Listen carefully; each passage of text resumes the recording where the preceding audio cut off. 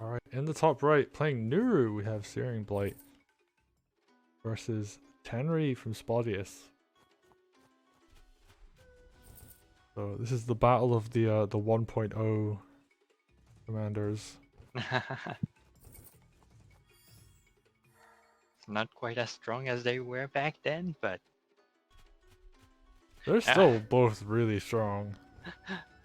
it's the two commanders that can afford to go rifle on this map. Yes, actually, that is true as well. Although, the gates are actually a lot easier to break than I think people give them credit for. That's true, but it still takes a lot of time.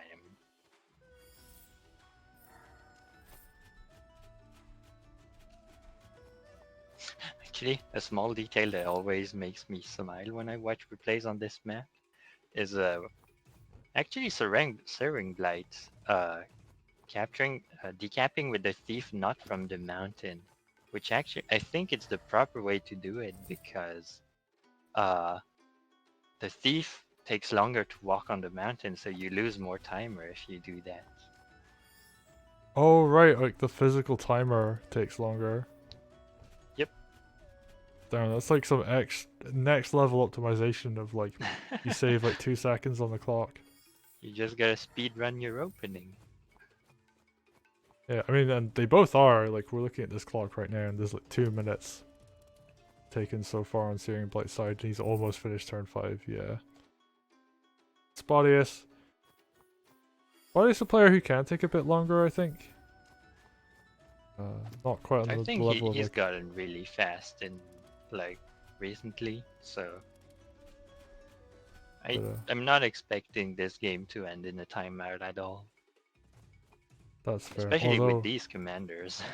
Oh, yeah, I mean, that's very true. This is a map where you can play stall out, though. I have stalled someone out before on this map. Forced them to attack into my defensive position and won. Although if you do that, you give your opponent time to get a rifle out, right? I don't think either of us realized rifles were allowed. And that is also, I think, a thing that people just don't know, is that you can make rifles on this map. They Alright, we both have... are going for more golem. And I think golems are pretty good depending on where you fight. So here's a Ooh. play that I was, like, before it happened, I was like, wait, can't you just do this? And we're seeing it. Searing Blight. Ooh, lines up a second knight for the crit. And this is the danger of fighting against Nuru. Like, that stronghold was completely open.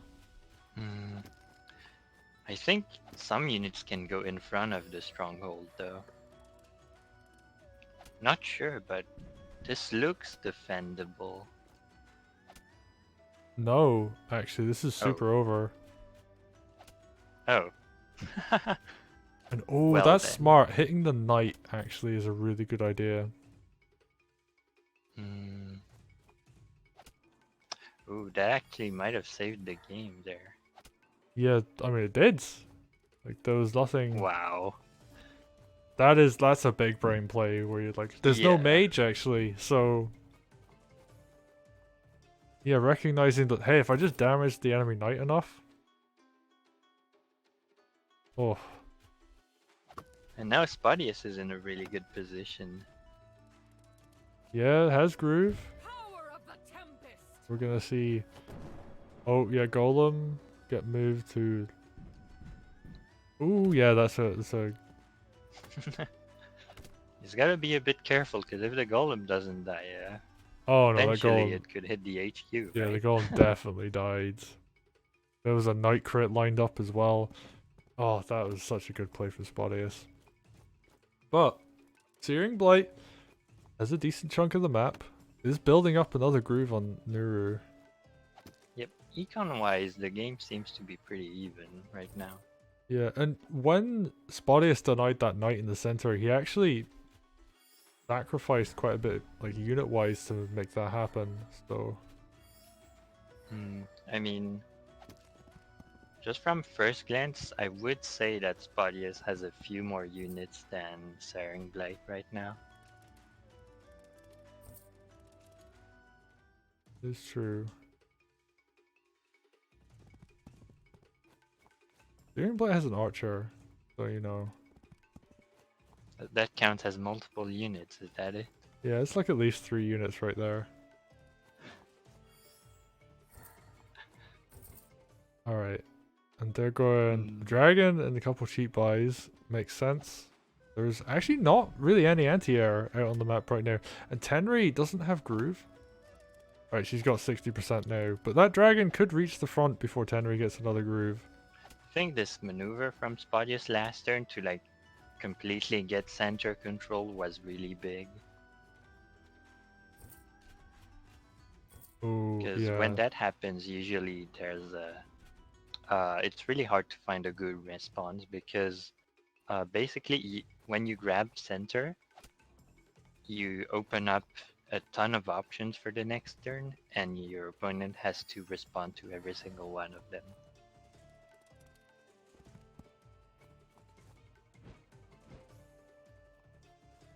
But I think Searing Blade is still in a decent position. If there is a fight that breaks out where he is right now, that's a really good spot to fight in because you control the villagers and you can cover behind the terrain.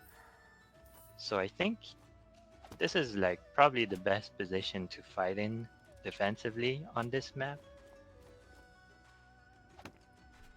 But maybe the Yeah. armies are just too different from one another. Tenri has so much groove again though. So this dragon is basically not long for this world. Oh, and there's 2 flagstone tiles there. So how do you break through where that golem is? You could, I mean, no, you don't have enough. The thief was very good timing because Nuru can't get a. Actually, it gets a very good groove still, but maybe not the like as good as you would have wanted, I guess. Still kills 2 knights, which is really big. Yeah, ooh, I think you're slightly ahead of me, but I'm not too far behind. Yeah, that was actually a pretty decent turn overall. Did some good damage. I love the positioning on that thief. Actually, no, that thief. I was expecting the dog to cover from the north, but I think the thief's just gonna die now.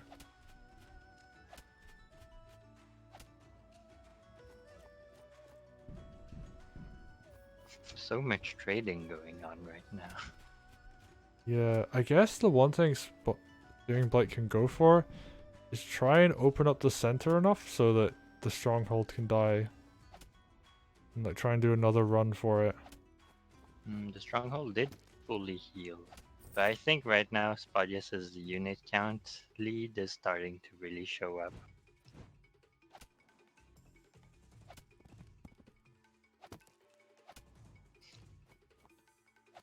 The Searing Blight getting a nice hit on the archer, so there's always that. Yeah, it's pretty good. And you know, they're doing okay on the left hand side, but they did lose their thief, which is huge. And Spotyus is actually about to return a thief after another steal. So that thief is making a huge difference economy wise. Yeah. Alright, yeah, just yoinks the dragon. Moves over 1 tile, or a couple tiles even, just one-shots it with the mage. Could have grooved the archer and like, cause he had another mage in position to poke the dragon. Yeah, I guess like just killing the dragon though is the obvious play. Yeah, I think this game really came down to details, where with like Spotyus just slowly growing a lead, and then once they do start trading, his lead really showed, I guess. Yeah. He also traded a little bit better, I think, but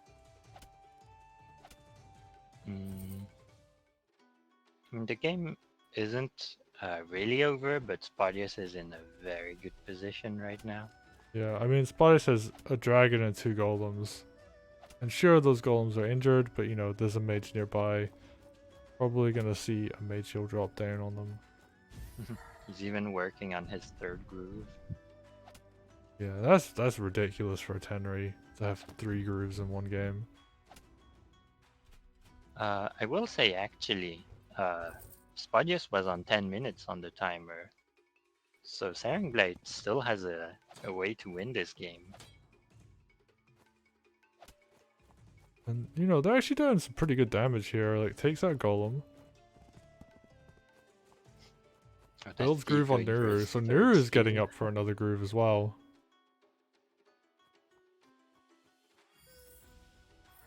So the question is, can Spotyus, you know, have enough sustain with this army? And I think this is one of those positions where I'd really like to have seen a witch come out from Spotyus.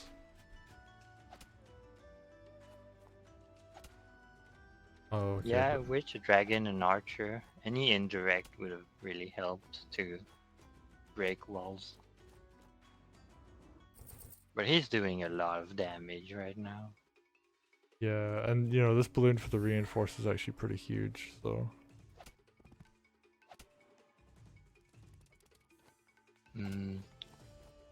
Gotta be a little bit careful, because if all the mages die, then we could see Nuru groove a balloon or something. Oh, but is this lethal?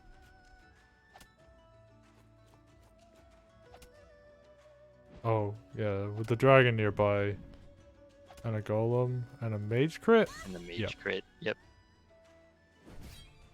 And Spotyus just plays a really nice game. Punishes Searing Blight going for kind of like an all-in play.